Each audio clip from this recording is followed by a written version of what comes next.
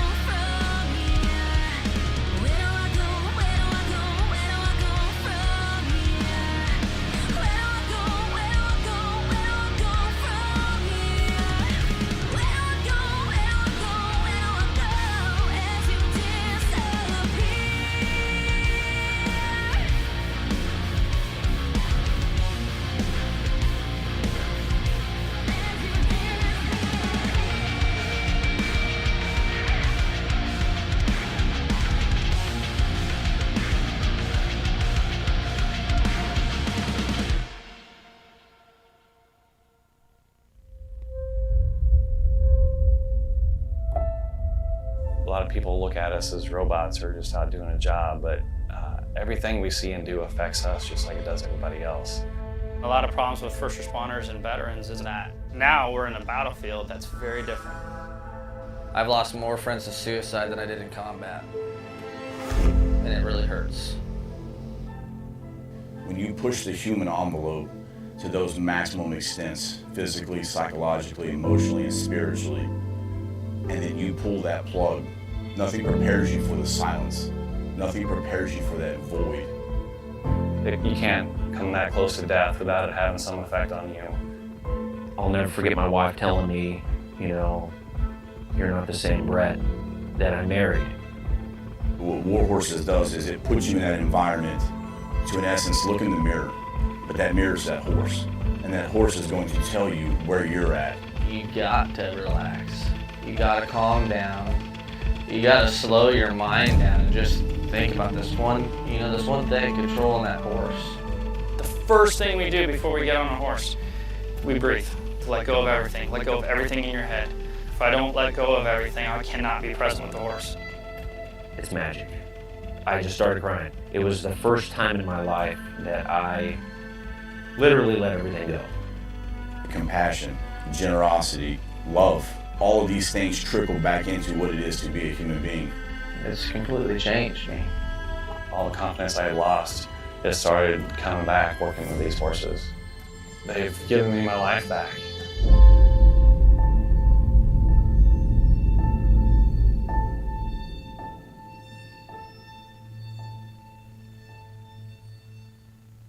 WTF Nation Radio. WTF Nation Radio. Everything stated on WTF Nation Radio is to be considered the opinion of the person that stated it, and not an official representation of WTF Nation Radio or U.S. Army WTF Moments. Price does not include tax, title, or license. Some assembly required. Each item sold separately. Batteries not included. Objects in mirror are closer than they appear. If conditions persist, contact a physician. Individual results may vary. Keep out of the reach of children. Avoid prolonged exposure to direct sunlight. Keep in a cool, dark place. And please enjoy the show. Shots.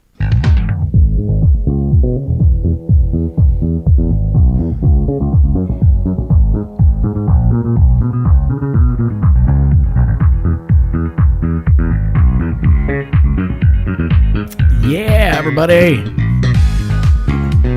Welcome, everybody, to Friday Night Freedom here on WTF Nation Radio. My name is KOZ, and up there is Mr. POOKY. Today's the third day of December 2021. The year is almost over, and I don't know if it could be over quick enough. So I didn't have a show last week because I got my new computer in, and I got the room done-ish. I got it done enough to set my stuff up. So last week was just a day full of setting everything up and doing some sound checks. I got on the air for just a little bit, and Pookie had things going on, so we just didn't do anything last weekend. So welcome, everybody. This is my new setup. So hopefully it'll hang in there. Of course, now I got to connect. Now I can connect to the radio server. So I just remembered to do that. So we actually have a podcast to produce afterwards. Anyway, everybody, thank you for joining us, man. Hope everything is good. Hope everybody's COOF free. How you been doing, Mr. Pook? Doing good. Been doing good. Just chilling, living a life. Staying away from the insanity of the world is the best way to put it. No? That's impossible. It really is impossible. With everything that's happening in the media, I mean, now it's just everything is such a crisis. Everything that you see on the news is a crisis, and it's tiring. It's exhausting. Even starting to wear on my mother. I can see her like every now and then she'll like throw the phone down. I'm like, I'm done with this shit. Yeah. my mom's the same way. My dad would rather read a book than watch the news. My mom is always, she's got some news program on all the time, and she gets pissed off and throws pillows and just turns it off, and she huffs off into the distance and just gets pissed off about it. I tell her, Mom, just turn it off. Turn off the news. If you want on the off switch. If you want to consume news, read it. Just read the news. Don't watch it. Good old newspapers were like the best thing on the planet, and now it's 24 hours. Opinions. But let me see if we can get the world we live in. See if we can get some chats open over here. See, Baconator. The only reason why I watch the Weather Channel, I'm gonna put this out here, is there's a newscaster on her named Felicia Combs. She's gorgeous, I'm guessing. Oh, that woman is the epitome of beauty. That's all I got to say at that point. I'm not going to go any farther into it because, I'm not a stalker. I just watch the news. I watch the Weather Channel. Keep her on there. Anthony Trimboli says in 20 years, our grandkids are going to read this about this time in history books, and it's going to be bullshit. Exactly. No, I totally agree. We're living in, I think there's like, someone told me a long time ago, it was like more along the lines of like, Rome was like collapsing for like 100 years. We're living in the collapse of Rome at this point. And there's just people that did not realize what was going on. And we are at this point, I think, yes, in society. Yeah. I think every generation with people our age probably say, this world's going to shit. When it's not really going to shit, but it really seems like based on what you're used to, it's going to shit. So that's Just like my grandfather, I remember sitting there like, your generation, blah, blah, blah. And then one day I was like driving through I think it was like a grocery store parking lot or whatever it is. Like, these generations. I was like, wait, I just sound like my grandfather just now. Holy crap. he just morphed into grandpa. I was like, no. So hello everybody over on all the Facebook pages and the Twitter, and what else are we on? Twitch? Twitter. Speaking of Twitter, Jack Dorsey quit. Yeah, I saw that. He's a quitter of the Twitter. And now it's somebody else who I hear is like worse than. Like That's what I've read. more worser than Jack Dorsey. More worser. More badder than. So my question is, why did he step down? He just said enough's enough. I made my money. I'm out. He said that that Twitter needs to evolve past the founders. It needs to pick up its own torch and go and move past the founders. It needs to stop censoring people is what it needs to do. Right. I don't see that coming anytime soon, but one can hope. My personal opinion on it. Thanks, Loda. Loda Adambabo.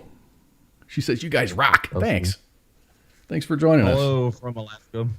Chelsea Miller Scarlett from Alaska. Yes, Alaska. So I guess we ought to get the COOF news out of the way, huh?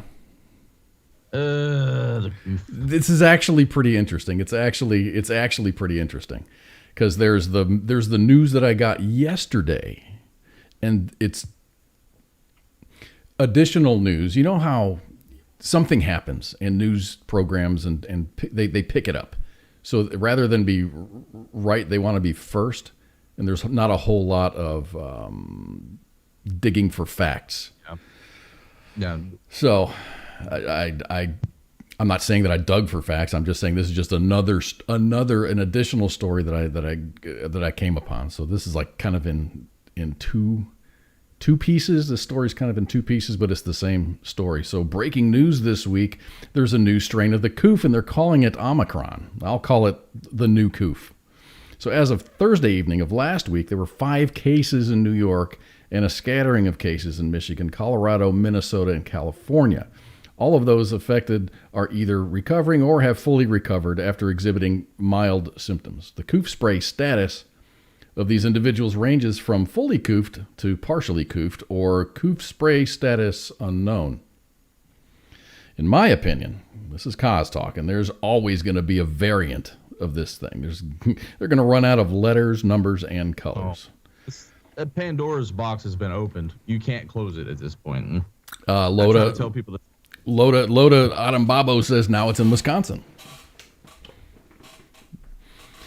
So, in my opinion, there's always going to be a variant of this thing. We're going to run out of letters, numbers, and colors. What's concerning, and it has been from the beginning, is about how much power and control some politicians are taking, all in the name of safety. And I think it's quite alarming. Yes, it is very alarming.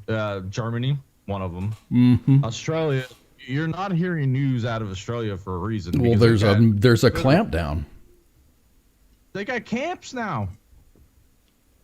Things that I was saying, everyone's like, "Oh, you're just a conspiracy theorist." I was like, "Okay, that was a year ago." Well, it was a conspiracy until it came true. And they're called, and there was a story about this. They're called recovery camps, or quarantine camps, or like if you've been exposed. They call them facilities. Is what they're calling them. That sounds so much kinder and gentler. Like George Carlin with his word thing. He used to call it shell shock, and that actually like hit home. And now we're at post-traumatic stress disorder. You know, like it's just, I don't know.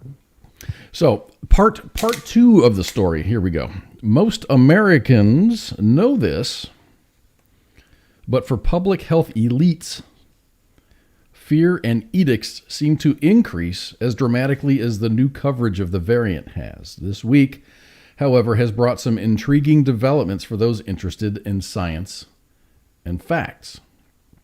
South Africa first reported the new strain of the COOF to the World Health Organization 9 days ago, leading to the perception that the variant first emerged there, but the Dutch National Institute for Public Health and Environment claims that it found the new COOF in samples dated between November 19th and November 23rd. Belgium, the first European country to report the presence of the new variant, said that a patient tested positive on November 22nd and had developed symptoms 11 days after traveling to Egypt through Turkey. Germany has meanwhile said that a person who tested positive for the variant had arrived at Frankfurt International Airport on November 21st. And then there's this observation about the timing of the emergence of the variant. Christian Andersen, an infectious disease researcher, estimates that the virus emerged sometime way back in late September or early October, which suggests that it is spreading very, very slowly. Even before the new COOF was first detected in South Africa, state and local labs were collecting genetic sequences of 15,000 to 20,000 diagnostic tests per week, allowing scientists to keep track of what COOF variants were circulating in communities across the country. Thousands of samples were collected by private labs in addition to academic institutions. So Omicron may have been around for a while, yet of yesterday, new COOF cases in the United States are down over the past 2 weeks, and deaths are significantly down. And while the new cases are up more than 10% globally, global deaths are down 2%. It's very possible Omicron, I called it Omicron. Omicron is contagious, but not nearly as virulent as some would want us to believe. So I think I definitely think there's a lot of, oh my gosh, there's a new variant. It's panic news. Remember that old Simpsons episode where they're like, we need a new sensational thing, and the cat flu, Yeah. Yeah, I mean, this is what it's turning into. They're spreading fear and panic amongst people, and stop consuming so much media, people, please. But I've heard reports of people saying that it could be traced back almost till March this year. That's from the TikToks, but I mean, these people don't really support things, Yeah, give receipts. They don't bring the receipts. So, I mean, it's been around. It's 2019. It's going to stick around. We can't do it. Coronavirus has been a thing for a very long time. I mean, people were like all conspiracy tinfoil hats saying, oh my God, I said it the wrong way. But the COOF on the side of the Lysol bottles before it came out, they're like, I was like, yes, it's a thing. People get sick. I mean, get over it.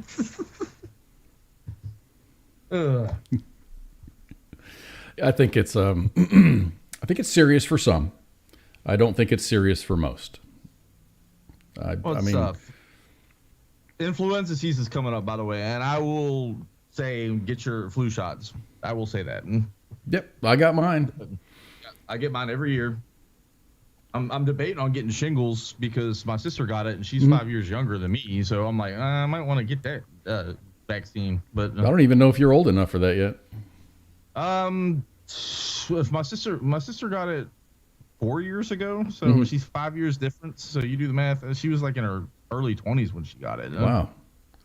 It's just, I guess, rare. But yeah, because you're still a young man. I got my first one, and I'm due for my second one, January-ish.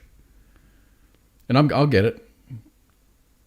I mean, I'd rather have a shot and be uncomfortable for a day rather than fight what shingles is. My dad actually had shingles, and it ended up just being a spot on his nose. He didn't have like a big breakout anywhere. Like what I'm seeing, and I've worked with some of the older guys, and they like were like their whole sides were just red and irritated, and their nerve endings are just going crazy and stuff.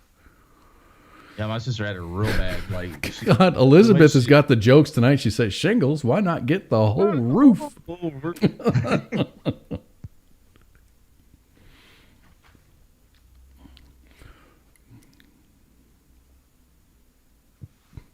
I'm missing some of these comments in here, and I'm taking them out of context. I'm trying to keep up myself. That's why. I appreciate the lively chat. Yes, it's very lively. Isn't the flu vaccine a live virus? I'm scared of getting sick from it. It depends on which one you get. I don't think. I don't know.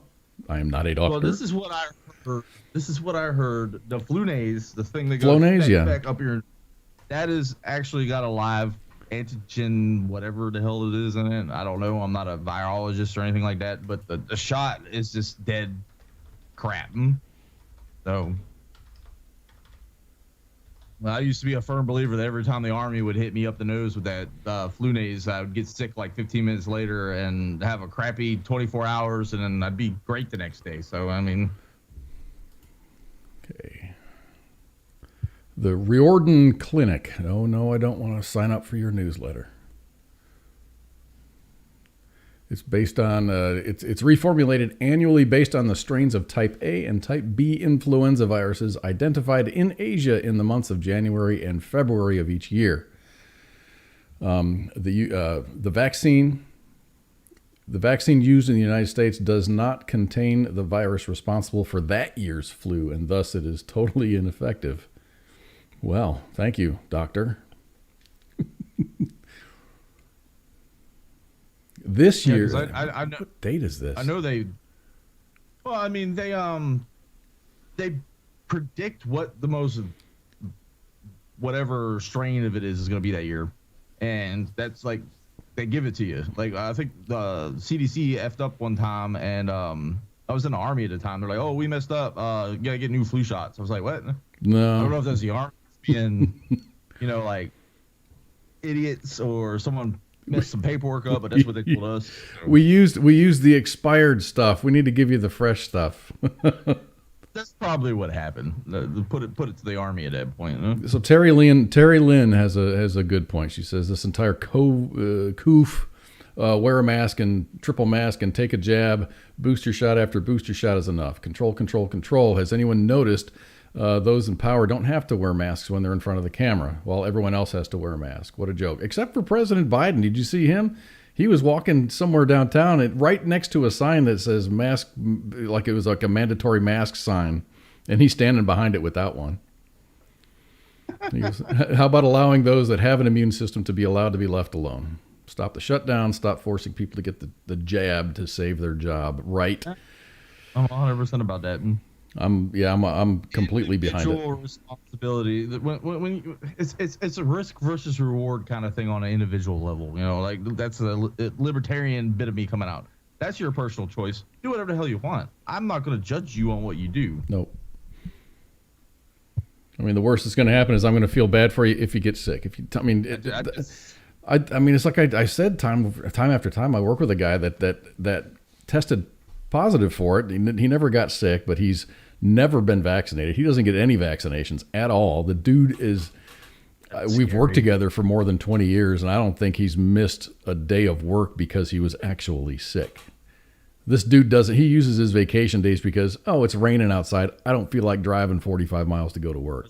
His PTO days? Yeah, he'll I mean, that's what he does. He just doesn't get sick. Good for him. He is diabetic and a little overweight and stuff, but he doesn't. He's relatively healthy.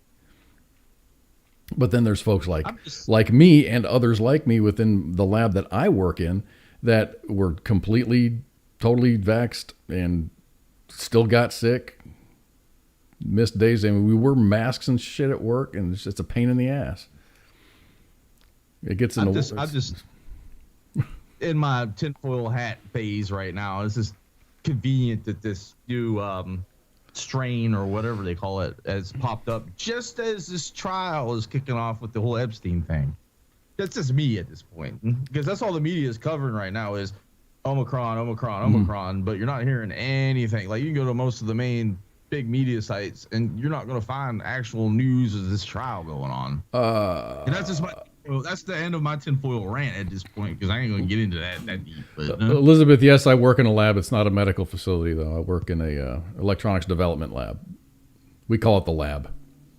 Clean suits, clean rooms, or whatever you guys. In certain parts, yeah. Yes. It's not like Intel clean rooms. It's just we have certain areas where precautions are taken. I didn't mean to mislead anybody thinking I worked in a medical facility. No. I can barely convince myself to take aspirin when I've got a headache. So what's up with Russia? Russia. Oh, that. Russia. Ivan? What is it? Saber rattling? Is the best way to put it? Well, yeah, with the Ukraine, but this is old news, but it's new news because it's interesting and it's kind of terrifying at the same time. The Kremlin boasts its 6,670 mile an hour weapon, which carries a conventional or nuclear warhead. It is unstoppable, and the go-ahead for full-scale production of the Zircon missile at a top-secret plant near Moscow follows recent successful tests of the missile. That's 5,800 knots, dude. That's 9,780 feet per second. That's a bullet. It's moving so fast, it's creating plasma in front of it. That messes radar up. It's crazy. China's been testing the same thing just recently. They were testing the same thing recently. 8.7 Mach. That's moving so fast, it's like making the air in front of it hot. It's crazy at that point. There's so much friction from air. It's lighting the air up as it's moving through it. No? The thing is, something like that doesn't need to have any kind of munition in it. The kinetic energy in it is enough to destroy whatever it hits. Just alone at that point. But the scary part about that is you could put a warhead on it. Yeah. That's the reason why I read a whole article about this, because they were talking about the Chinese subs are starting to carry these things similar to this, and it'll evade all our, early warning systems. It's nuts. By the time like the C-RAM or C-Wiz, whatever they call it in the Navy, it's able to track it, it's too late at that point. The Cheese Whiz. Yeah, I don't think. It's definitely a bullet. Definitely a bullet. And even if you could track it, you couldn't do anything to shut it down. Not yet. Things are going to happen, I'm sure. Tungsten space needles. I read a weird conspiracy theory about that. Like the U.S. had they called them rods of God or something like that floating around in space where they could just drop this kinetic with the satellite. And I'm like, I don't know if that's true or not. I saw it was a graphic video, not graphic meaning it was just a graphic. It was a cartoon of an aircraft flying at a high altitude. Belly opens up and just these rows and rows and rows and rows of these needle-shaped kinetic missiles just get dropped, and gravity does the rest of the work. It's warfare is scary, and the shit that we're seeing now isn't near probably some of the shit that that we haven't seen or probably won't see for 20 years. Technology is finally catching up. What's the Space Force going to do about it? They got to have some things going on. They're just not like a standby force. It's a legit force. It's like that I don't know if you watch TikTok or not, but there's this guy on there. He does all the different branches, and compares them all, and he has the Space Force guy in there. He's always walking around with a tinfoil hat on and a potato. So it's just like, all right. I wish I knew the guy's name off the top of my head because I give him a shout out because good content. Duffel Blog had a story. You know how they do their stories, but it said that the PSYOP folks. No, it was about the PSYOP. It was about PSYOP. They're now authorized to wear tinfoil hats instead of berets. I saw one on Duffel Blog the other day. I think we actually posted it. That's the reason why I got it. It was about the Marines being disbarred by 2022 or something. Oh, for being a hate group? Yeah. Or they're an extremist group or some shit like that. I was like, oh. The satire is getting too real to life at this point. That's the sad part about it. Yeah, no kidding. You read it, it's like reading The Onion, or like back in the day, National Enquirer was out there. Yes, Babylon Bee was great, and then there's stuff from like 5 years ago, like actual factual now. It's like, what the heck? It wasn't the Fat Electrician, was it? It was another guy? No, it's another guy that does it. I gotta look him up. I follow him on there. He does the different branches, like the Marines always chewing on a crayon, and he can't speak English, so he's like rah rah rah rah rah rah rah, And then the only guy that makes sense out of the whole group is the Army guy. So I'm guessing he's an ex-Army guy. But the Air Force guy's all like, "Oh well, I'm too good for this." Peasants. Yeah. So my days of going out like to a pub and stuff are probably over. Maybe if I'm out on a trip or something, I'm going to Canada at the beginning of the year, and I'll probably hit up a pub or two. But my days of going out are probably not really going to happen unless unless it's unless we're out doing a station thing, or if I'm out hanging out with my parents or my brothers, we might go grab a beer or something. But here's a story in the UK in the UK. Yeah, it's kind of cool, kind of not cool, kind of cold. Dozens of people have been snowed in at the highest pub in the United Kingdom for 3 nights after the country was hit by Winter Storm Arwen. Nothing injects terror into the soul than Winter Storm Arwen. More than 60 revelers who went out to the Tan Hill Inn in Swaledale in northern England last Friday ended up extending their stay after snow blocked roads and brought down power lines. Everybody was in good spirits. They're all eating and drinking well. Guests had been entertained by an Oasis cover band called Noasis. They were booked to play Friday night. They all played quizzes and table games and karaoke and sing-along carol sessions.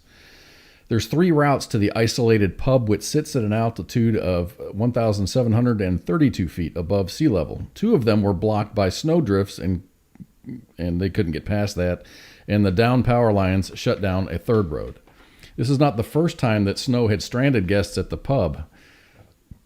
Happens all the time, but that's when they get the news reports, they stock up on fuel, food, and drink. The pub is off the grid, so it wasn't affected at all by the down power lines. A mountain rescue team was called in to evacuate one man who was undergoing dialysis treatment, but the rest stayed for the unique experience. Vicky Hodge had more. Go ahead. I wish they had more of like the public house kind of thing, the whole concept of it in the United States. I mean, we got bars. That's about the gist of it. A pub in the UK and Ireland, totally different experience at that point. Like people can like I get drunk and be like, hey, I want to rent a room for the night. Like okay, cool. Like dang, it's cool as hell. Yeah, I think if that were to happen somewhere in the United States, I think that maybe it would have ended differently. No, the whole building would have been on fire by then. It would have been on fire or robbed, or there'd been fights or something like that. Hey Terry Lynn, we're tracking the Joshua Rohr story. It's evolving. Joshua actually reached out to me a couple days ago, wanting a follow-up interview, and we're gonna try to get that scheduled as soon as possible. I'm looking at next Friday. Got to work it out with our admin team, because we don't want to just say like on a Thursday, oh, we're going to talk to Joshua Rohr, and we have no graphics and stuff. So we're going to get all this set up. I sent Mom a message a couple days ago to get him scheduled. And then we got a graphics. Go ahead. My brain completely forgot about that story until you started talking about it. I was like, oh crap, that we need updates on that. From right now, I mean, he's really looking good. He's really looking good. I've read a lot of the news stuff. He's done TV interviews. he's up and moving around. It's a big issue. The big issue is they're trying to get the body cam footage, and obviously there's a lot of pushback on that.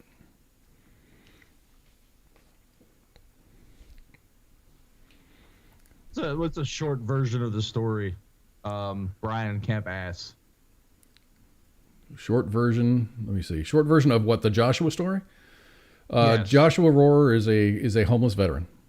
He was in a median of a road in Gastonia, North Carolina, and he was just waving at people. He was there with his service dog, and he had been approached on numerous occasions by the police, telling him to get off the median. You're not allowed to beg for money. Panhandling. I guess they have an ordinance against panhandling. The sticking points are he wasn't panhandling. He was just standing there waving at folks, waving at passersby, just being a pleasant human being, which we are in short supply of these days. So when it all came to a head, Joshua was arrested, and he was separated from his service dog. The service dog ran away. I've read conflicting stories, like the service dog was picked up by a friend of Joshua's and then ran away, or it was never picked up. The dog was never picked up. But anyway, after Joshua got released from jail, the deceased body of his service dog, who had been hit by a car, was found. So there's a lot of back and forth about whether the police behaved in a procedural manner, or if they were just harassing Joshua. So based on what I know, and based on what Joshua told us here just a few weeks ago, it seems like the police were just out to get him, and they were harassing him. And it's in the court system now. So we're looking forward to having Joshua back on the air very soon to give us some updates.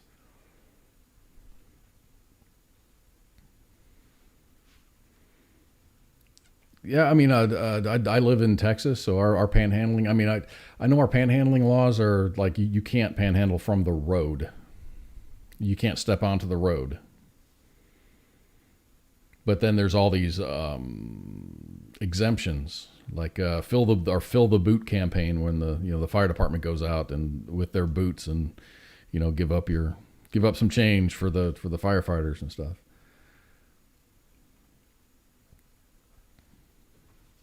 No, Virginia had it real bad. Panhandlers in Florida. I lived in Florida for a good minute, and panhandling was bad down there. And there's videos all over the internet. There's people like they follow them they're driving a Mercedes Benz. They get into a Mercedes Benz and drive off after they panhandle all day. I'm just like, but some people, a dude waving on the side of the road, in my opinion, ain't hurt no one. Leave him alone. No, if you don't want to give him money, don't give him money. If you want to give him some change, give him some change. It's your choice. Speaking about giving money,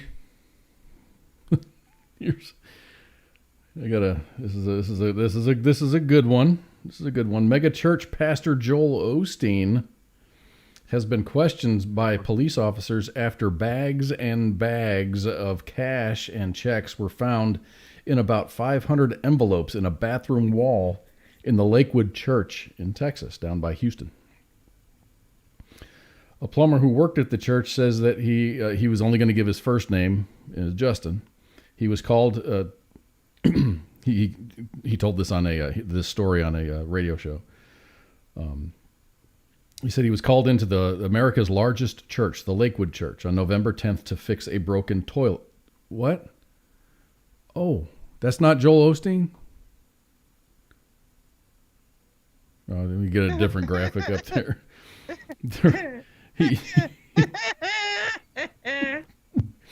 There was a loose toilet on the wall, and we removed the tile. He explained during the call on Thursday morning. We went to remove the toilet, and I moved some insulation away, and about 500 envelopes fell out of the wall, and I was like, oh, wow. He said hundreds of envelopes were filled with cash and checks.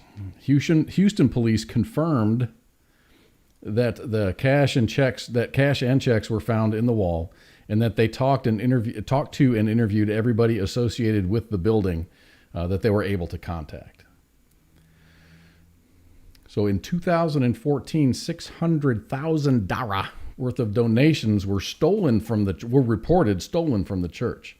The amount was just a portion of donations made from one weekend of services, and it has never to this day been found.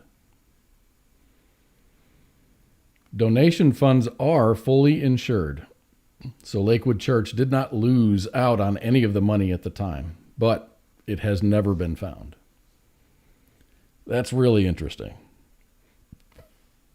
I mean, I dude, just noticed something. What's that? He looks like Tim Allen in that picture. Tim Allen, old Tool, the Toolman Taylor. Like a younger Tim Allen. Yes, like a very younger Tim Allen at that point. I can't unsee that now.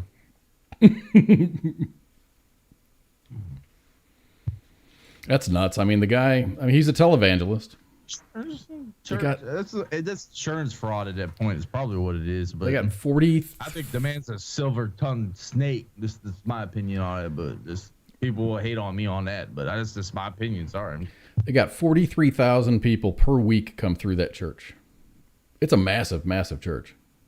They couldn't even open a church up for when Harvey came through. Harvey, or no, was it Katrina? Mm-hmm. No, it was Harvey came through and flooded Houston out. I claim myself as a native Houstonian because that's where I signed up for the Army. I lived there for years at this point. I know Houston, and Mattress Mac is more of a man than old Joel Osteen at that point. That's just my opinion on that. Mattress Mac opened up his stores? No, he opened up the Galleria furniture place, and he had display mattresses, and he just let people just crash on them.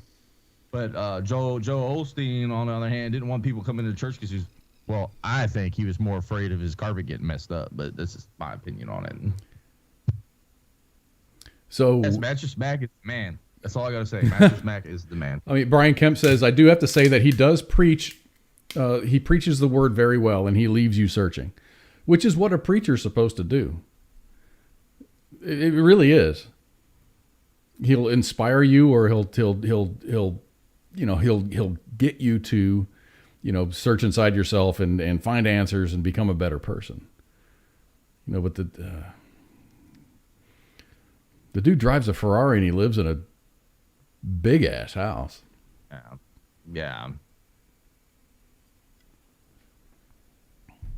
I'm not judging the man one way or another. That's just not my way of doing. Yeah, faith is free. Yeah, I can't speak to his character. Right on, Brian Kemp. Yeah, I mean, man's gonna do what he's gonna do. I mean, he writes books and does his thing. But I just after Harvey, I was just like, in my opinion, I think he's a piece of shit because any good pastor or whatever it is should have just opened the doors. Hey, crash wherever you need to. I'll fix it later. Whatever. But that's my opinion. He drives a Ferrari so he can bless people faster. Yeah. We have another televangelist up here. He actually said these words. He went to his parishioners saying that he needs money so he can get like a G3 jet. What's his name? I know. What? They've all probably said it at some point, but there was that one way back in the 80s, I'd say late 80s, early 90s. They got all hit up on all that television scam. Oh, the Bakers? Whatever it was. Yeah. Jim Baker? His plane drops prayers from God. God. You have to put the enunciation on the D. jungle jelly prayer bombs. What about my joke? Oh, I missed you. I missed it. Where did she go? Pick up my poo. P-O-O. That one? Oh, what did the mortar say to the radar? Pick up my poo. I'm sorry, Elizabeth, I don't get it. Gotta be a mortar man kind of thing. That's 11 Charlie all the way. I was a commo guy, so I wouldn't know any about that. No? So remember Tammy Faye Baker? Big hair, shit tons of makeup.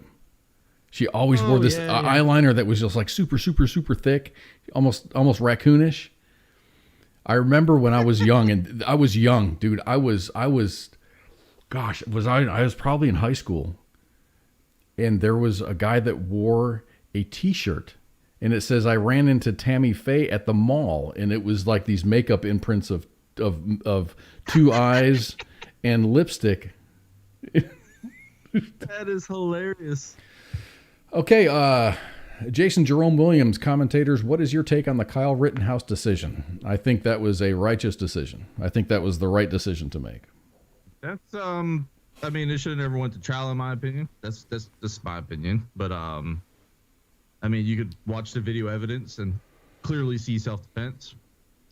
The law was, upheld at this point. But people want to act on their feelings and their opinions, and the media kind of just went with it. And I'm surprised. They wanted a villain. They wanted someone to just go, here's an example. And Mr. Rittenhouse should sue the shit out of every, Facebook too. I mean, just hit them all. That's my opinion on it. Elizabeth, I'm so sorry. Your joke just went totally over my head.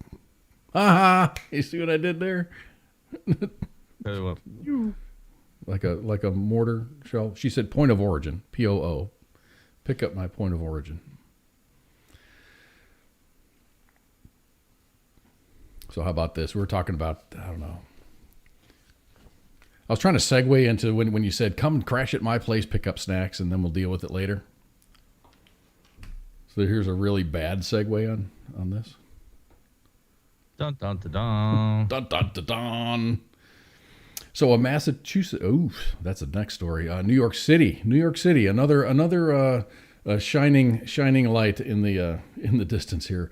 New York City became the first city in the country to allow supervised drug use sites where people can use illegal drugs without the threat of arrest, under the watch of trained staff. Don't see nothing wrong with that, really. But here's a picture of what the facility looks like. I imagined with the money that New York has, it would be a nice facility or maybe a standalone facility. But no, that's like right in the middle. That's like a legit facility. Yeah. Like looking like Ghostbusters firehouse kind of shit. Huh? And now that I said that, I'm gonna I'm gonna take it back. If you were to build a facility where you can do these things without reprisals, then you would have to travel to them, and many of these people don't have the wherewithal to travel. So I can support that being right there in the neighborhood, especially in the neighborhood where there's problems. Okay, so I've changed my mind. 2 sites have already opened that function as needle exchange clinics in Washington Heights and in East Harlem. They also opened up a so-called overdose prevention center on Tuesday. The day that they opened, 5 people overdosed while using their drugs under the supervision in 2 of the clinics. A spokesperson for the city health department declined to confirm the exact number of overdoses. In a news conference Wednesday, Governor de Blasio framed the overdoses, which were reversed and resulted in no deaths, as a proof of concept for the sites. He said 5 people who could well have overdosed someplace else with no medical support, and we could have lost 1 or 2 or maybe all 5 of those people. The initiative comes as overdose deaths have hit historic highs during the pandemic, both in New York City and nationally. Between March 2020 and March 21, about 2,245 people died of overdoses in New York City alone, a figure 40% higher than the previous 12-month period. That was data according to the CDC. The centers will have staff on hand to administer naloxone to prevent any overdoses and counsel drug users on addiction treatment. Visitors can be provided with sterile paraphernalia for a range of drugs, including ones that are injected, snorted, or smoked. Users must bring their own drugs. It's a bring your own drug type of thing. It's just like an old school, like Bangkok kind of opium bar at this point. So Mayor de Blasio also said that law enforcement have agreed not to police the sites for illegal drug use. Well, I mean, I don't believe in the war on drugs at all. I mean, if you want to do it, do it. That's your own personal liberty at that point. But you gotta face the consequences sometime. And they're trying to do something. Is it the right idea? No. Do I condone the use of these things? No. But, I mean, they're trying something. We've had an opioid crisis for so long in this country, and they're finally starting to try to address it. Huh?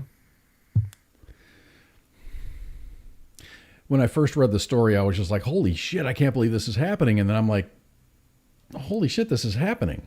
You know, it's like it's not a great thing, but it's a resource. It's a you know, these folks are outreach kind of thing. It is. I mean, it is. What was it? Jason Williams said when he was stationed at Lewis, they had injection sites in Seattle. Yeah, this is not a new concept. No, it's not. I've heard of it before, but I've never heard it advertised before. I mean, the only thing that agitates me about this whole thing, and me and my grandfather can both sit here and we could probably sit here and argue for like 3 or 4 hours about it, is my grandmother passed away from like a drug kind of thing. Okay. They would not give her, she had to get a special prescription in my state to get a needle to inject the methotrexate. No? She couldn't take it orally because her stomach was messed up. Okay. Well, she needed the medicine because her arthritis was so bad. So they gave her the oral and it wound up killing her. You know, it's just, like these guys are getting free needles. You know, that's another argument I can give at that. Like free needles for insulin patients then. You know, slippery slope. Hey, Brian's leaving us. Thanks for hanging out, Brian. Have a good night. Yeah, I think we've come a long way as far as dealing with or handling situations like that. How many years ago was that? Was that a long time ago? This was 7 years ago. So I mean, not North Carolina. South Carolina's gotten a little bit better and less stringent on it, but I mean, they're more of like the war on drugs, kind of like drugs are bad, so we're gonna try and make it so hard that people can't use drugs, so they start sharing needles and start spreading, you know, all kinds of weird diseases and stuff like that. And it makes it hard for the person who actually needs like you know, the equipment in order to inject themselves with the drugs they need. So it's a two-way kind of street at this point. Yeah, I think I've never. I mean, thank goodness I've never been wrapped up in drug use. It's never been a thing. It's never really crossed my mind. I wouldn't know how to handle it. I mean, to lose a family member to drugs who used to be, I mean, because I've seen a lot of the documentaries. You know, there's a pharmacist or even a doctor that just gets hooked. Or, you know, one of the stories was a physician. He's a physician or was a physician who was in a debilitating a car accident that suffered some really, really bad injuries, and he was on Oxy for a long time. Well, his prescriptions ran out. Then he started writing his own prescriptions, and then he started getting sniffed out by the DEA, so he just switched over to heroin, and that's when the wheels kind of fell off his entire life. I've seen that happen a lot in the Army, actually. Hey, Joshua Rohr's in the chats. What's going on, Joshua? Hey, Josh.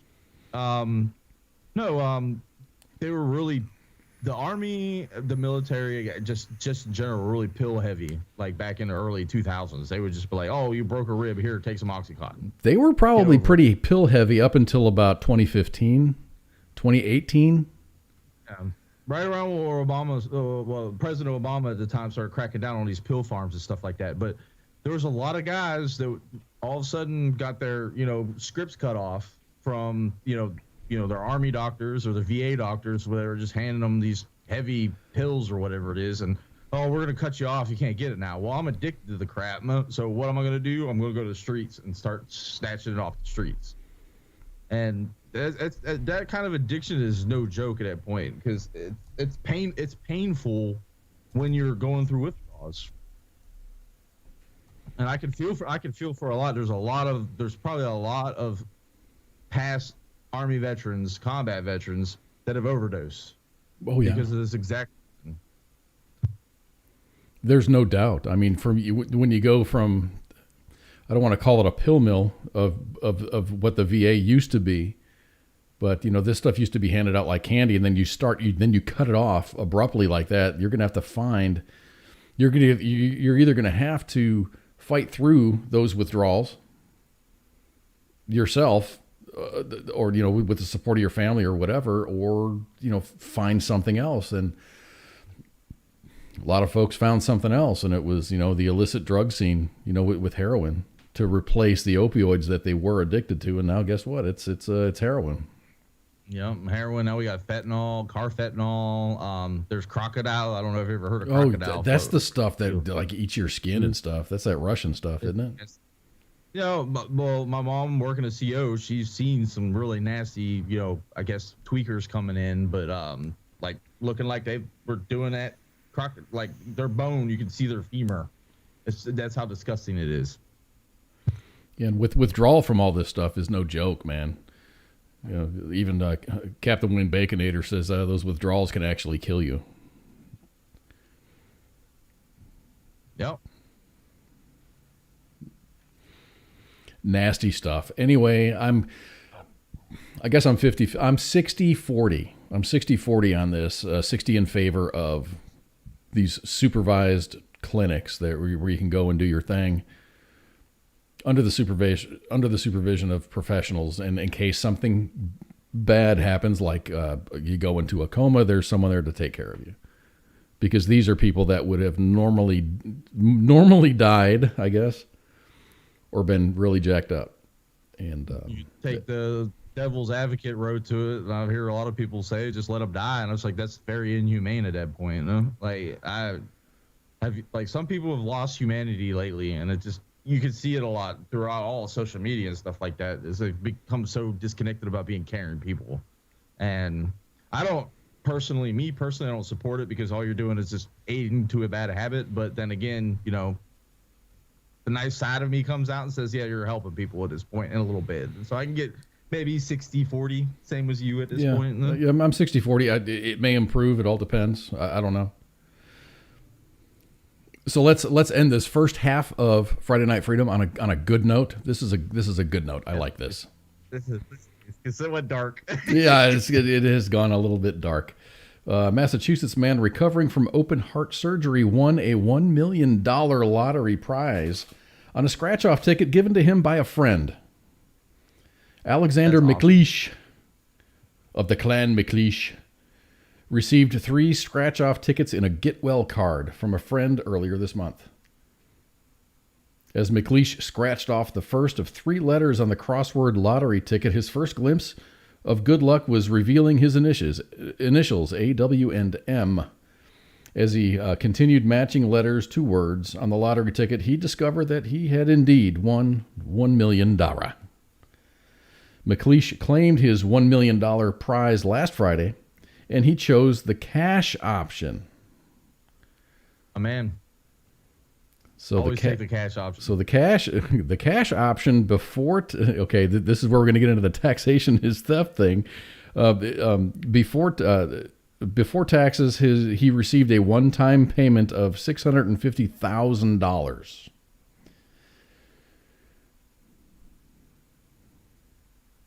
After all of the taxes are paid, Alexander will walk away with about $500,000 in his pocket.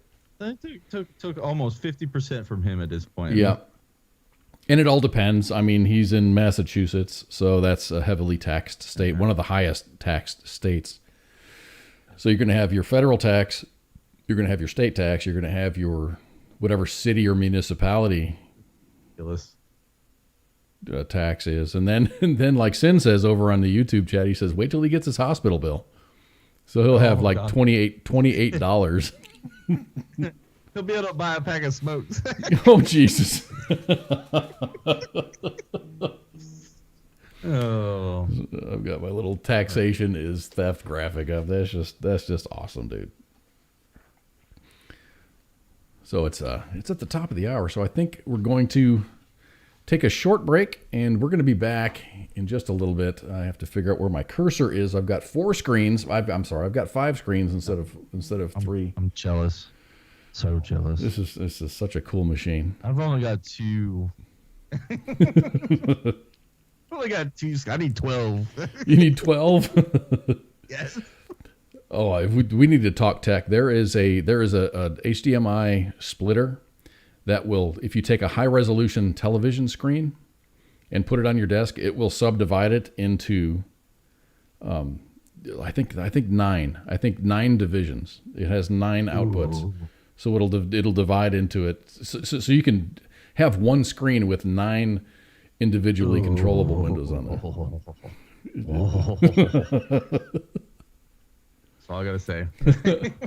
All right, everybody. We're going to take a short break, and we'll be back just after this.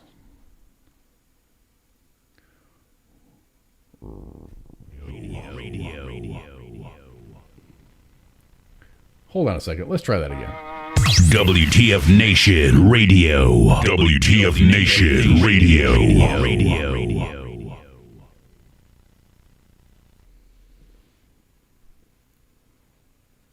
WTF Nation Radio.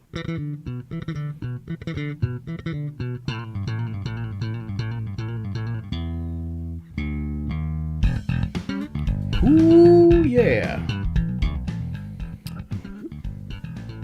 We are back for hour number 2 of Friday Night Freedom here on WTF Nation Radio. Thank you all for hanging out. My name is KOZ. Up there above my shoulder is Mr. Pooky. Hello. What's happening, man? Hey, what's your weather been like? I don't like to like make small talk, but have you been cold, hot, warm? A mix. Been pretty much big mix. Like some nights I go out there, I gotta wear like my heavy Carhartt, and then other nights tonight I could wear something like this and my Army PT shorts, and I'm fine. So just it's been crazy. We've been really good at night. It gets down into the 40s, and then it warms up until the 70s. It's just perfect freaking weather, and I love it. I'm just waiting for the bottom to drop out. I haven't had to turn my heat on. I think I turned it on twice, and that was just like to knock the chill out of the air and get it up to about 65 in the house. I don't spend a lot of time at home, so get it up to where I'm comfortable, then I just turn it off. We leave it about 68 at the house during this time of the year. So if it gets hot outside, the house heats up a little bit, and good insulation, yeah, it'll hold the heat. And if it gets real cold at night, the heat kicks on, and that's the end of it. Like 68 is a good temperature. Anything hotter than that during this time of year is insanity, I think. It is, man. I got I spent a lot of time with the windows open because it's a lot better than living in just a cage, I guess. So we had an old timer. Go ahead. No, I used to know an old timer living in Virginia during the middle of summer. He would run his wood stove in his house, and his house would stay like inside. I swear it was like always 100 degrees inside the house. Oh no! All year long, he would always keep that wood stove running because that's how he cooked. So he just keep the stove running all the time. I'm like, dude, you're gonna kill yourself one of these days. But Hey, Christopher, I just got back from Bozeman a couple of weeks ago. I went up there to see my daughters for their birthdays, and it was nice up there, man. I was in Bozeman, and it was 40. The thing is, it was 46, and it would drop down to like 40 at night, and then it would warm up to 46. It was like perfect. Jason Jerome Williams, he's curious, and he wants to know how many years of service do you have, and what was your MOS? I was a 35 Romeo, which changed over to 68 Romeo, which is an avionics special equipment repair, and I was in for 8 years. I was 25 Bravo, and I did 10 years.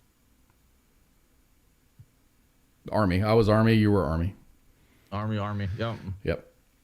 Well, we asked MOS, so I figured you'd understand that. Yeah.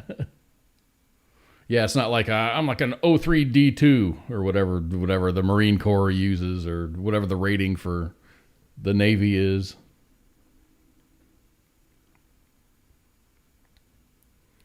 Shamsher Khan, U.S. Army 2011, Afghanistan.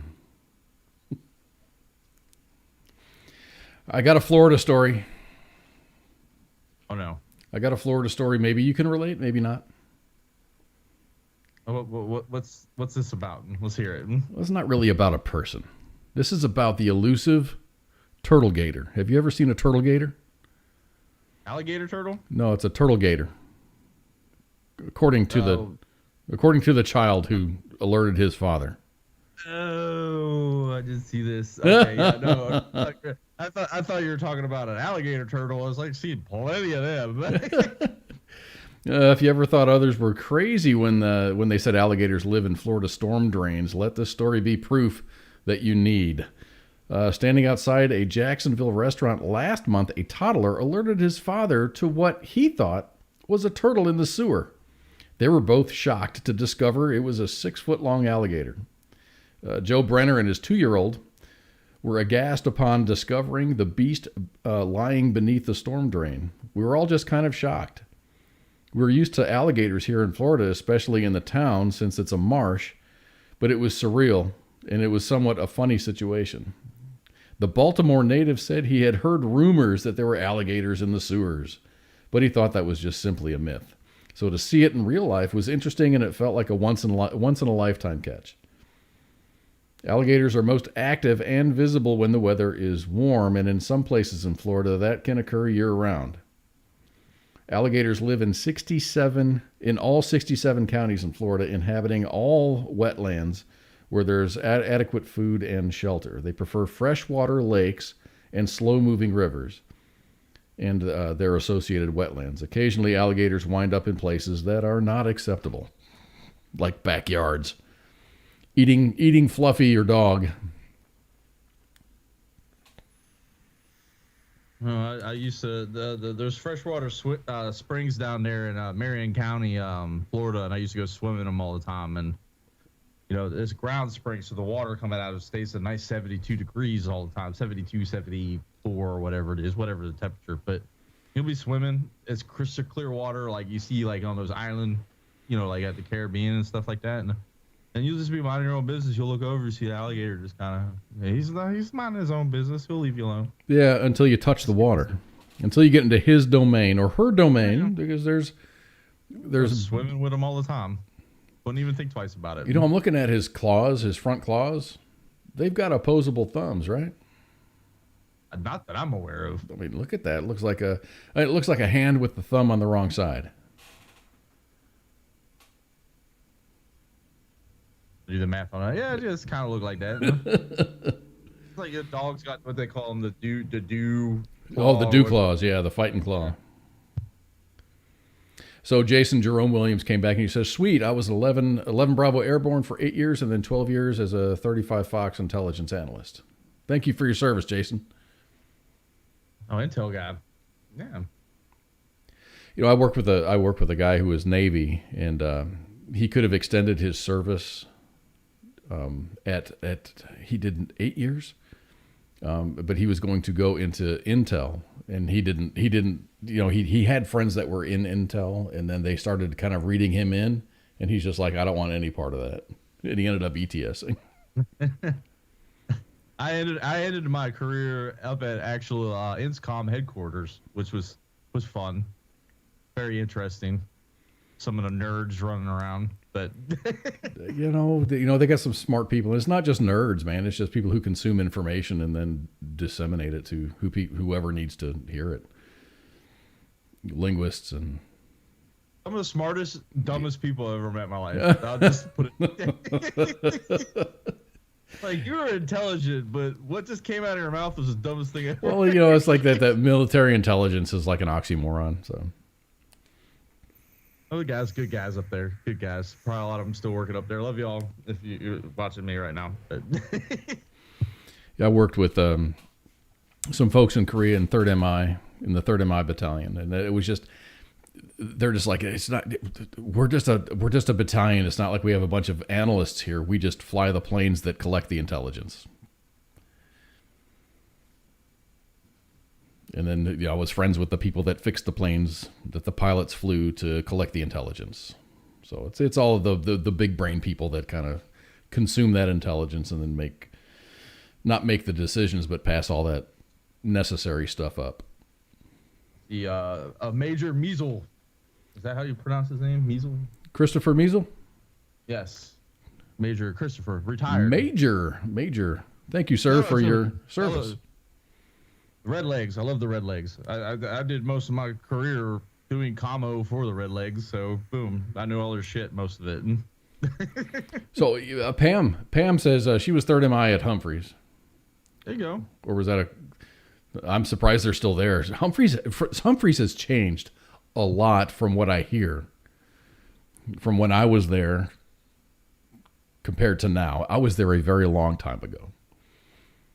When I say a very long time ago, I mean that's relative. I was there. Let me see. AIT. I did Hood. 90. Late 90 to late 91. No, it was early 90 to late 91 because I got stop loss there. So picture Desert Shield, Desert Storm popping off right when you're about to ETS, and then I was 6 months after that. That's when I got out of Korea. I loved Korea. I didn't. I was like scared of Korea because I went there as a PFC, and I was like, oh my gosh, I'd never really been away, so I didn't know what to expect, and I just heard all the horror stories and the black VD stories and the lice and genital warts and just don't touch nothing. So I stayed in the freaking barracks for like 3 months. Oh, they scared you. Oh my gosh. So I stayed in, and then I finally was like, okay, this is fucked up. So I went down to the Ville, and I'm like, oh, this is pretty cool. And then I went to Osan, which is a short bus ride from Humphreys, like a 20-minute bus ride. So I went to Osan and went down to their Ville with all my buddies and stuff, and I just became I was downtown every night, and then I joined a band. And we started playing clubs. We started playing clubs down in at Camp Humphreys. We never, us as a band, we never went out of the Anjani is what the town was called. We never left that area. But after everyone ETSs, right? So the band breaks up, and we entered a contest. The remaining two of us, one was a Marine who was over on the 3rd MI side. He was an intelligence guy. And we tried out for, it was like a battle of the bands type thing. And then we got picked up by the Army Soldier Show. So we toured the entire country, which was pretty awesome. That was really awesome cool. As hell. It was awesome because I was already, there was no slot for me. So permissive TDY was granted. We had a bus, we had people to drive us around and take care of us. And we just we'd go to Camp Casey and we'd play a show. And then we'd go up to the DMZ, we'd play a show. And then we'd go to Camp Hovey and play a show. And it was mostly, like a Thursday, Friday, Saturday shows. And then we'd have the rest of the week off and we'd just rehearse. And they got us these really stupid Korean-made polyester, full of static electricity, just like not PT suits, what are like the jumpsuits, the old school. I know exactly the windbreakers. They were so bad. They were so bad. From the 90s, every kid had one of them. You walking around, and you're just like shocking everything you're touching. Yeah, it was all polyester, and it was kind of funny because your pants could turn into shorts because there was a zipper right above the knee. You could undo the zipper, and the bottom part of the leg would come off. A couple of North Faces that do that, but they're like hiking pants. This is so bad. I mean, you can get anything made in Korea for very cheap, and it was what. Yeah, I wish I had pics, and I really do, because I went to after I got back from Korea, I went to Fort Campbell, and I ETS'd out the first time. I ETS'd and came back in. Long story. But I lived off post. When I ETS'd, I lived in a trailer in Hopkinsville, and there was a fire, so all of my shit got destroyed. So I have like no photographic recollection of any of my stuff. All of my everything I lost. I mean, my most prized possession of all of that, I had a ball python named Charlie. He died, and I lost all my pictures, all of my everyone takes a ton of pictures, except we actually had to develop the film and stuff. We didn't have it digitally done. That's how it was the first time I was in Iraq. We had the little stupid. We didn't have. I mean, SLRs cost like $500, like digital cameras and stuff.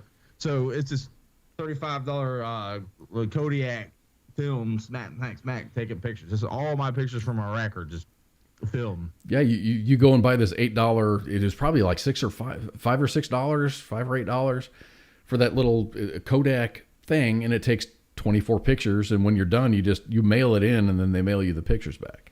Yeah. Or you go to Walgreens and have them develop their 1 hour. Yep. 1 hour development. But anyway, of all the things that were lost, I feel bad about the snake. I feel really bad about my pictures and my physical memories, because I've probably forgotten 90% of everything that was in there. I've only got a handful of pictures left. But I lost a Marlin 3030 in that fire. And that was such a great gun. It was my favorite gun. Oh, wow. Dude, I could hit a golf ball from far, far, far away. It was such a good gun. I love that gun. All right. Had old 300. My grandfather had an old 300 Winchester I could do that with. It was such an accurate rifle. It was just great. It just worked for me. It didn't work for everybody who fired it, but it just worked for me. It fit me. Oh, that was one of the old ones with it had the hammer on the back, right? No, it was lever action. Oh, okay. So hey, let's get on to some material here. Let's talk about you hate the country that you're in, so you're going to stow away on a plane. Okay. A man was apprehended at Miami International Airport last Saturday after he traveled there in the landing gear of a plane that had departed from Guatemala. 26-year-old man whose name and nationality were not released by Customs Border Protection says that he attempted to evade detection by stowing himself in the landing gear compartment.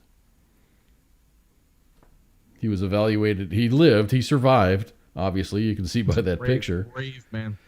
Brave man doing that kind of crap, huh? So the flight, American Airlines Flight 1182, landed in Miami shortly after 10 a.m.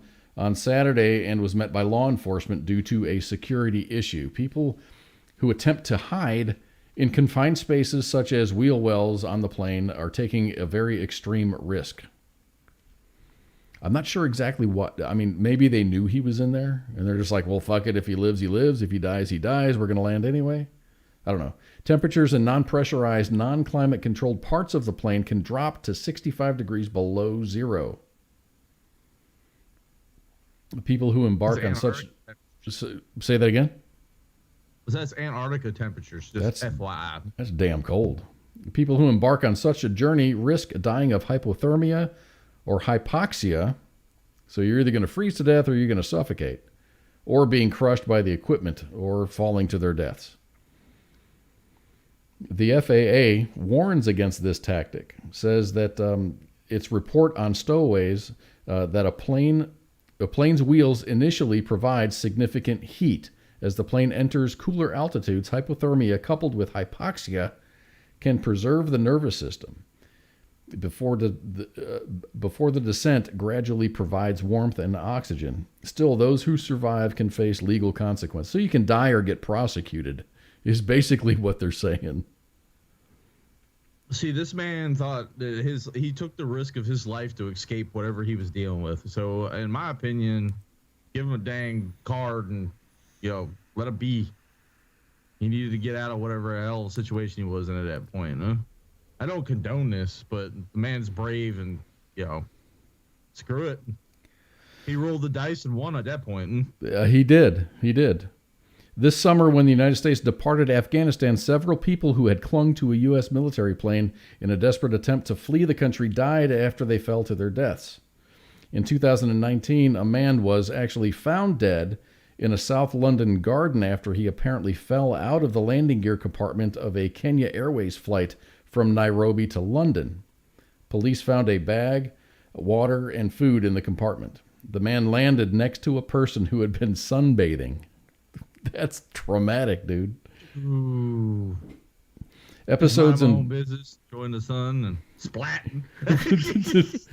Episodes involving people stowing themselves in planes often involves immigrants, illustrating the extreme risks that some will take in an effort to escape dire situations in their home countries. Guatemala, hunger crisis, has contributed to a wave of migration. Across Central America, people are fleeing poverty and violence as well. Shamshir Khan, I got your message. I am unable to call you. We don't have the ability to call. So how about a Second Amendment story? Everyone loves the Second Amendment. Well, most of us here on WTF Nation Radio, actually all of us on WTF Nation Radio, love the Second Amendment, and most of our audience does. I understand variations in that, but still there's the Second Amendment, right? The right to bear arms. Shout out being infringed. So traveling, I have never personally traveled with a gun. I've never gone somewhere to hunt. When I was in Montana, there was a lot of stress placed on when we were going through security. Make sure you don't have any ammo in your pockets. Check your pockets, even if you're sure that you don't have ammo in your pockets. Yeah. Check your pockets. Check everything. Ammo shakedown. Because a lot of folks go up to Montana to hunt, and then they fly back to wherever they're from, and you never know when you might have something on you.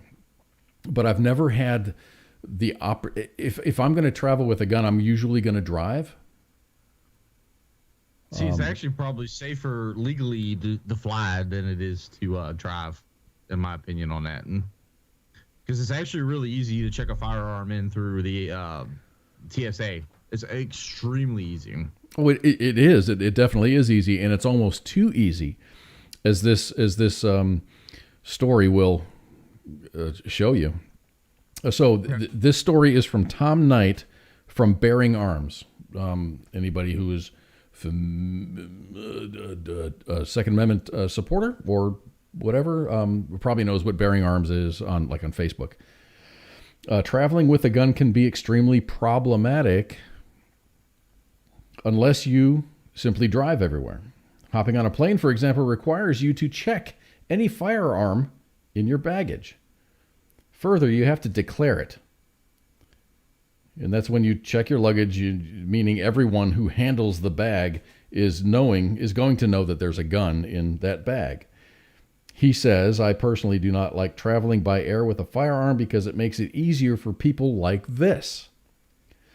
And here's a story. It says a former Southwest Airlines baggage handler was sentenced Tuesday to 6 months in prison after pleading guilty to knowingly possessing or receiving stolen guns. Federal prosecutor says Mark Hunter of St. Louis was charged after a passenger traveling through St. Louis Lambert International reported that a pistol had been reported stolen from his luggage. Federal agents investigated and found 7 reported thefts of guns from luggage checked on Southwest over the 5-month period in 2020.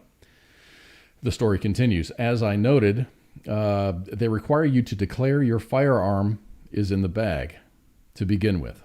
Locks aren't very difficult to get around when you're talking about luggage, especially when you've got a fair amount of time. And since you know which bags to hit, it's not overly difficult for a would-be criminal to act. So let's be honest. I've known some of the people who try to get jobs at airports. While most are fine, upstanding people who are simply looking for good work with a good wage, there are also some of those who wonder why you'd let them in to a secure part of the airport with a ticket, much less pay them to be there. They might not have a criminal history, but that's only because they haven't been caught yet. In fairness, the exact same thing can be said about almost every line of work out there. Nothing about this is surprising, especially since we've seen airlines all but installing neon signs to tell the world that your bag has a firearm in it.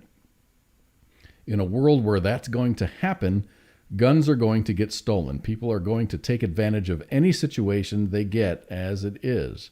But if you make it easier, it's going to happen far more often. Now, I often get airlines aren't just going to start letting people carrying guns onto planes. I don't think it would be a problem, but the folks who make the rules do. And since they don't really answer to me, there's not much hope of getting that changed.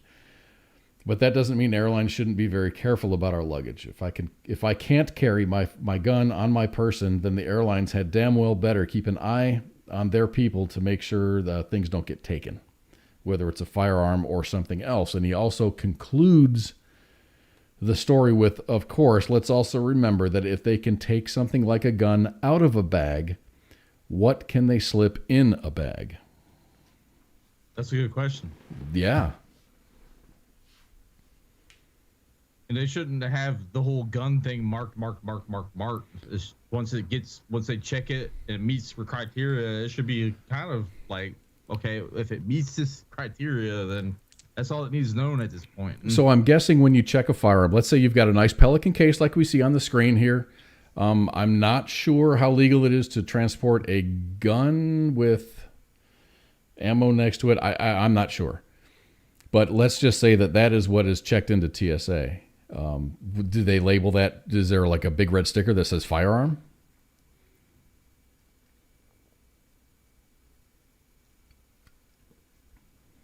I mean, hell if I know, dude. At this point, dude. Yeah, Shamshir, please understand that we can't call you, man. Yeah. It's not like we're prevented from calling you. It's just we don't have the ability to call you right now. No, I mean, they probably hit it with a label or something. I mean, from everyone I've heard, the best way to travel is with a firearm is flying. You put it in your Pelican case. You get it checked at the TSA. They're like, okay, bam. I don't know what stickers they stick on it. Because me, I just stick to my local area. You know, if I'm going hunting, I'm going to stay in my local area to do it. Yeah, I was going to drive to my parents' place, which made me drive through Illinois. So I was looking. I'm like, okay, I'm pretty sure of these states, but then you get to Illinois, and then the rules change. So the rules that I learned bringing a firearm through the state was it has to be incapacitated. So you drop the magazine, you put a lock through the where the breech is. Standard. Yeah. Standard travel. Yeah. Traveling procedures, unless you've got like a concealed carry license, which most states actually honor other states' concealed carry licenses. Some are just straight assholes about it. I think Vermont's like one of them where like just don't drive through that state if you can not do it. Or just do it and take your chances. Oh well. But I ended up buying a case. They wanted a disassembled firearm in a locked case, separated from the ammunition. So I would have had to have ammunition over there, and then a locked case with the gun disabled, and you could do that with a lock. No, I would break the whole. Like if I traveled state lines, I'd break the whole rifle down into its separate parts and lock each one. You just take the slide out, you put it in the glove box, and you put the receiver and put it in somewhere else. Somewhere like I'm talking about like rifles and stuff like that. You take the upper receiver, lower receiver, you lock it all up. Find a way to lock it. Yeah. Store different spots. That way they're gonna be like, well, you're not. No. Well, you were trying to be secure about it. That's the way I always thought. Or I mean, if you got an M16 like weapon, you just take the fucking firing pin out. No, yeah, that's the best way to do it. Yeah. Never travel. The only time I ever travel with a weapon that's loaded is my pistol. You're hunting, dude. I mean, now that Texas has changed to a constitutional carry state, my shit's with me all the time. And it used to be you must have a concealed permit or a license to carry. South Carolina changed their open carry law just recently. You have to have a concealed carry still, but you can open carry. It used to be like you had to have it concealed. Now if you have the concealed carry permit, you could carry it on your hip and open, which is driving a lot of the local police nuts. But I'm like, should it matter? Personally, not a big fan of open carry. I don't see a whole lot of it, even though it's legal. I don't see a lot of it. I see it sometimes, but it's usually like an investigator, in the grocery store or whatever. We have a sign here on our Walmart that says they discourage open carry unless you're law enforcement. But what's the difference, really? I mean, I understand. I mean, me personally, I prefer the concealed carry method because they don't know you got a firearm on you. So it's just like, okay, well, but then again, if everyone had a firearm hanging off their hip, people would be a lot more polite real instantly. I think more folks in Texas are ready to go, or they're prepared. They're physically prepared to go more than what's. I see a lot more fanny packs. I see a lot more satchels. Folks with satchels around their shoulders. So.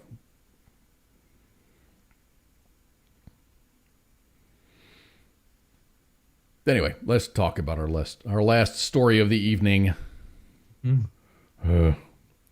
This just kind of, and the only reason I'm talking about this is it's in the news. I mean, we've got these not lawsuits, these trials that are happening. Ghislaine Maxwell. Ghislaine, that's the right way to pronounce it. Ghislaine. I say Gillian for some reason. I don't know why I say it. I tried to phonetically pronounce that for Ice during his show, and he was just having fun with people calling it Ghislaine. But it's Ghislaine. She's French. But her trial is happening, and that's kind of a shit show. And I am of the opinion that anybody, I don't care who you are. I know Donald Trump is on that list, and I'm a fan.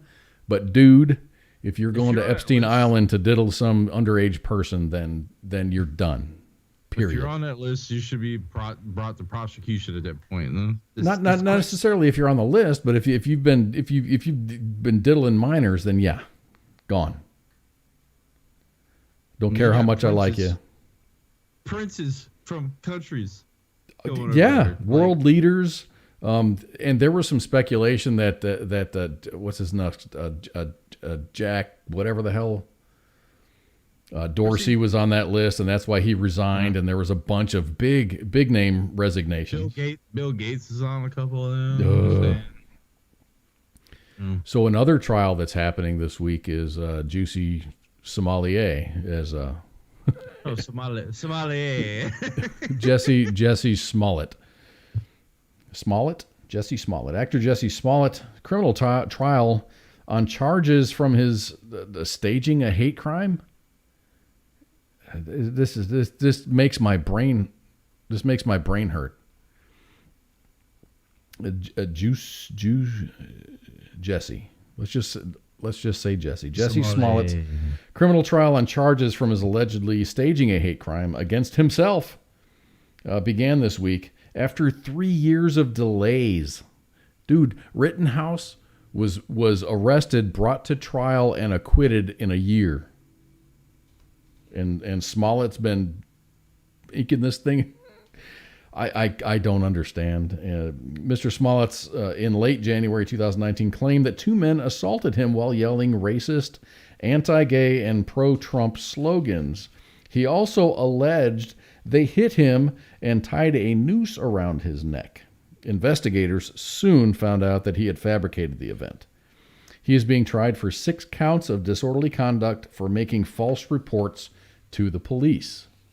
The trial has been delayed due to events including having the charges dropped and refiled in an investigation into how Cook County State Attorney Kim Foxx handled the investigation. The COVID-19 the COVID-19 pandemic added to the delays. A court official said that the trial will begin with jury selection and it will be completed within days. Smollett's legal team said that the actor has been, quote, unfairly presupposed to be guilty. Dude, all of the investigation that we've seen in the media points to him like making this shit up. It's like he did a dry run. There's videos floating around of him doing a dry run with the dudes. Like, this is what we're going to do, you know? Yeah, here, say these things. Mr. Smollett has maintained the truth of his account of the assault. Mr. Smollett's attorney in 2019 said that he had paid the alleged attackers for personal training not to perpetuate an assault on him. This is ridiculous. This is clown world. Who is this guy again? If you don't mind me asking, because I can't even remember. Okay, correct me if I'm wrong. He was an actor in Netflix Boardwalk, a big series.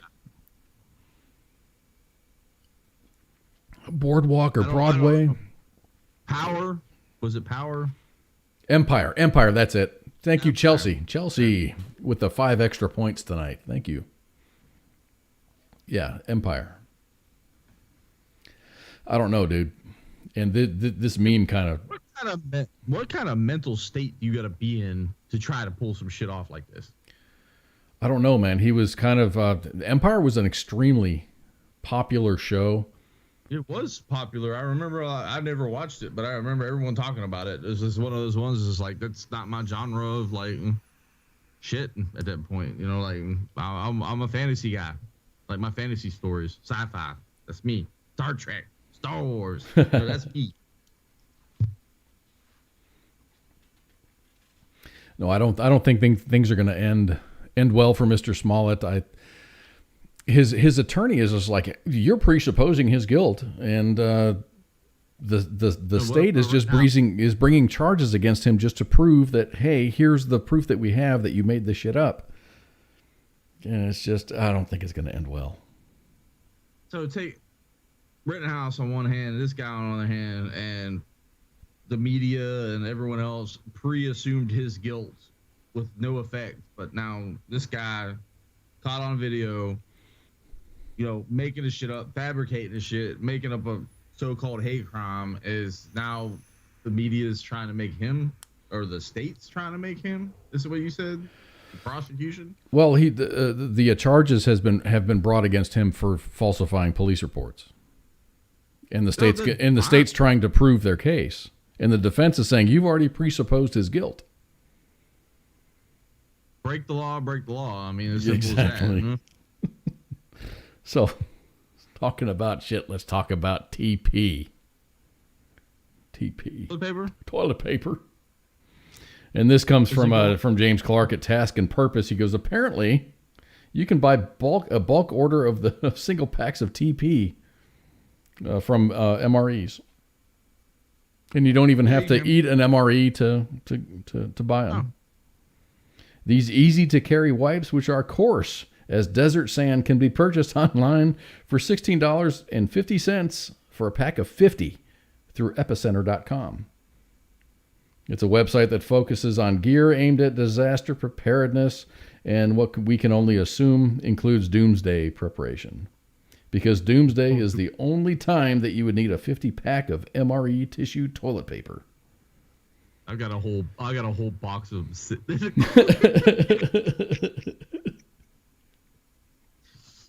that said, it's beyond me why someone wouldn't just stock up their basement or bunker with double or even triple ply TP from a leading brand. The landing page for the product accurately notes that it's the same kind of TP issued to U.S. troops, though it refers to the wipes as John Wayne toilet paper. And if you guys aren't familiar with John Wayne toilet paper, it's tough as shit, but it doesn't take, or it's tough as hell, but it doesn't take shit off of anyone. Rough and tough and won't take shit. That's it.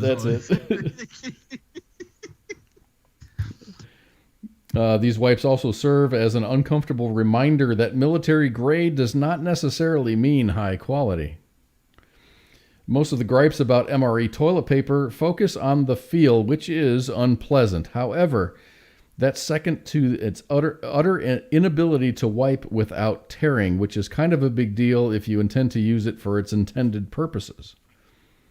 Its original purposes. That said, the product page does point out that it can have other uses, from serving as a fire starter to a handy packet of wipes, which makes sense considering...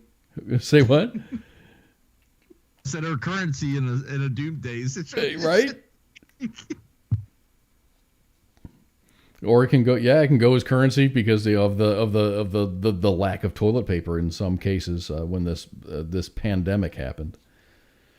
I've got a couple bags like that are just jalapeno cheese spread just floating around because of currency value. How long does that shit last? It's I don't know. Someone told me 5 years. I really heard 20 years, but I've just got them floating around. You know, my dad's a Vietnam era veteran, and he brought home from some sea rations. Sea rats. Yeah. One of those was a can, a brown can, and it says macaroons on it. I think I was 8 years old, and my dad's like, "Hey, let's see what these things taste like." So he opened it up, and he said, "This tastes like O.J. Simpson's sweat sock." He says these things are awful, and he threw them away. We never got to taste them. My dad took the hit on that. So another review of this toilet paper says, I keep several packets under my hood. When it's time to check the oil, I insert the dipstick into the end of the roll wipe, and then I take the oil measurement. It works great. So they're not entirely useless. That's not a bad idea, actually. Paper is paper, man. That's all I gotta say. Chelsea says the British has the good stuff. Do they have some good feeling toilet wipes? I don't know if it's like this. There's it's the Swedes or the Swiss that in their MREs. They've got an actual like roll of like the Charmin shit in there. It's just like a little roll enough for like one good, maybe two good sessions. But. Oh, their MR. She says their MRE is the good stuff. Yeah, I don't know. I just imagine having a lot of chocolate or something in there. I don't know. If you want the good MRE, go with the Italian MRE. They actually put wine in it. What? They got a little like, them little like they look like what's it? The freezy pops. You stick it in the freezer for your kids. But they got like little wine tubes that look kind of the same thing. You don't freeze them; you just like crack it open. There's wine in it. Huh? What? That's awesome. Yeah. Well, the thing is, it's a good shot of wine, and you're like, okay, that's good. Who wants? It's enough to take the edge off. The thing is, and that becomes currency, like MRE cheese spread, or a good MRE. Okay, who wants a sip of wine? I think the Russians have the nastiest one. I had a Russian MRE, but all it is like pâtés and crackers and tea. That's it. Ooh. We did have Skittles. We did have M&Ms. And we used to have, I remember getting Mars bars that were so old that the chocolate had separated inside of it.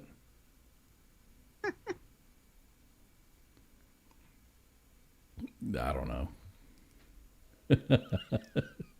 They said the crunchy M&Ms, they were the best. I think they stopped like producing them back in like the 90s, but for some reason they were in MREs. Still can't remember why they were in MREs. I was like early 2000s, late mid 2000 time frame. My favorite, it wasn't the chocolate or the sweets. It was my favorite in the MREs was the dried strawberries. You're supposed to reconstitute them and stuff, but I never did. I just ate them. It was like a cracker to me. Never had the strawberries. They used to put like cranberry raisins kind of in there. I still buy them from Walmart, like the cranberry raisins. Mm-hmm, yeah, because I'm like so hooked on them things because of that. Because it's like so good. But Christopher Measles says those little bottles of Tabasco sauce were a lifesaver, especially with the omelet. The omelet MRE, mandatory Tabasco in there. They got rid of the little bottles, by the way. They did. Yes, they got rid of them. What about the Five Fingers of Death, man? The little beanie weenie. Was that the chili dog? The Five Fingers of Death.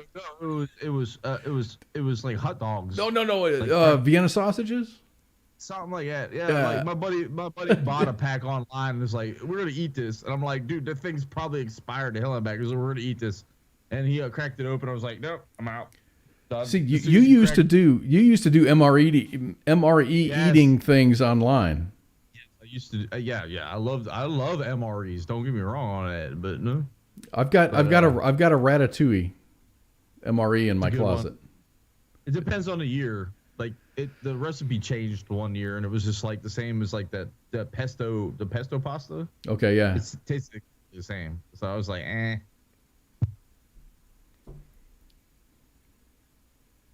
I've never used an MRE heater to heat my food. I would make MRE bombs with them.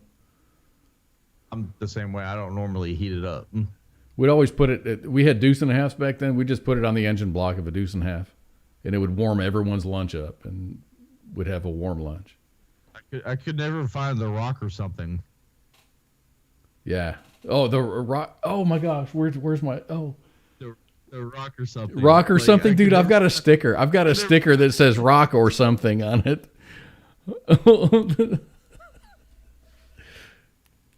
That's funny. Could never find a rock or something, so I just stick it up against the walls. Oh man. All right, everybody. I think we're gonna call this, man. Happy Friday, everybody. I hope you have a great weekend. Make good choices. Don't get too out of control. I mean, get out of control if you can, but don't make any dumb decisions. You got any parting words for our lovely audience, Mr. Pookie? Yeah, like I say, always don't drink and drive. Don't beat your spouse and don't kick your dog, and everything will be good. Everything will be good. Just take it one day at a time, man. Just chill out. Thanks, everybody. We've got shows. I think this Tuesday's guest is rescheduled, but CQ has. Oh, let me pull it up. I actually printed it out, and I have no idea. I don't even think it's probably still in the printer.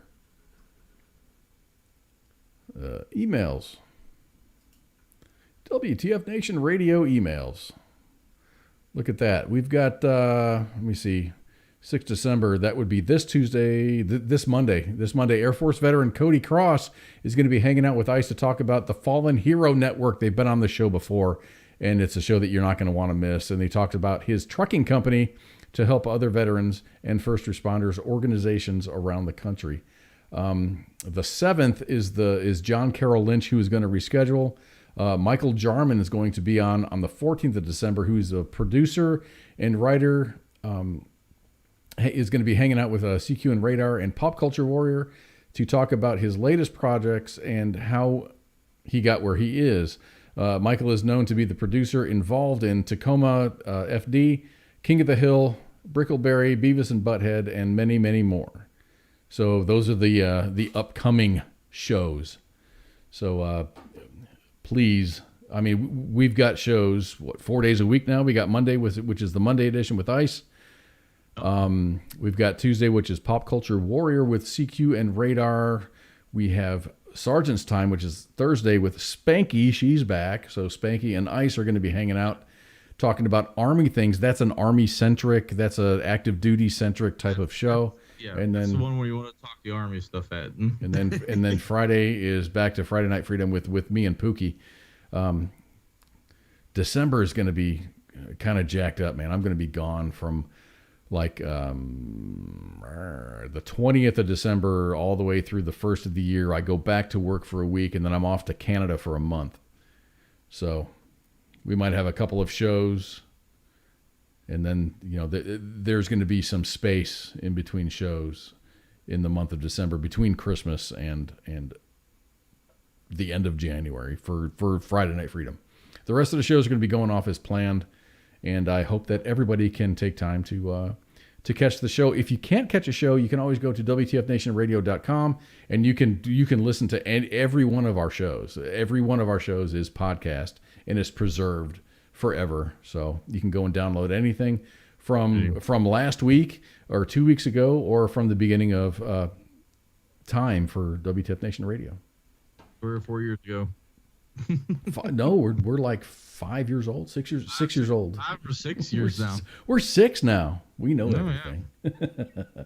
Anyway, everyone take care and have a great weekend.